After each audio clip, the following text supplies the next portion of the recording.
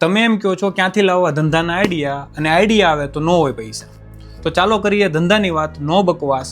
અને આજે એવા જ ધંધાની વાત કરીશું કે જે લોન લઈને ઉઠામણા કરવા આવા મોટા પૈસાવાળા ધંધાની વાત નહીં કરીએ. નાનો માણસ નોર્મલી કેવી રીતે ધંધો કરી શકે આની વાત કરીએ. આ સિરીઝ હું આજથી ચાલુ કરું છું.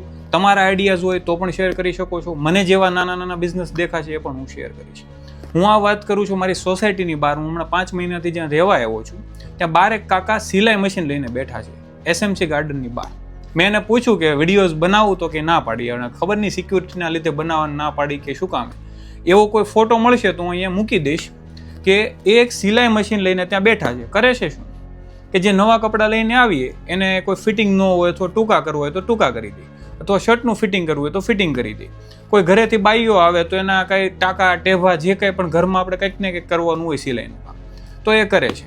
એને મન થાય ત્યારે આવે, એને મન થાય ત્યારે જાય.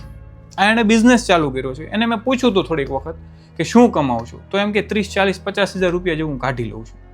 સાચું ખોટું મને નથી ખબર, એણે કીધું છે. અને અંદાજ લગાવીએ તો એક સિલાઈના એ મે બી 30 થી 50 રૂપિયા જેવું લે છે. ફિટિંગનું, શર્ટનું કે પેન્ટનું આવું કંઈક લે છે. હવે જે રોજના આવતા હોય, આજુબાજુમાં કપડાની દુકાન છે પણ. તો આ એક બિઝનેસ આઈડિયા રોડ પર બેસીને વર્ક કરે છે, જ્યાં આપણે જોબ કરવામાં 20, 30 હજાર, 40 હજારની જોબ માટે ફાફા મારીએ છીએ. તો આવા નાના નાના બિઝનેસ આઈડિયાઝ હું લાવતો રહીશ. હવે આમાં એમ કહીએ કે આ ન કરી શકાય, એ તમારો પ્રોબ્લેમ છે.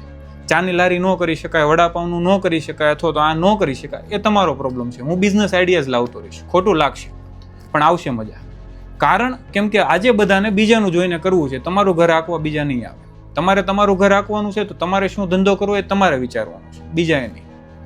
હું આઈડિયાઝ આપતો રહીશ. તમને એવો કોઈ આઈડિયા હોય કે જે નાના ઇન્વેસ્ટમેન્ટથી સારું રોકાણ વગર સારો બેનિફિટ આપી શકે તો શેર કરજો કોમેન્ટ કરીને, અને તમારા મિત્રો સાથે આ વિડીયોને શેર કરજો જે એમ કહેતા હોય કે બિઝનેસનો આઈડિયાઝ નથી.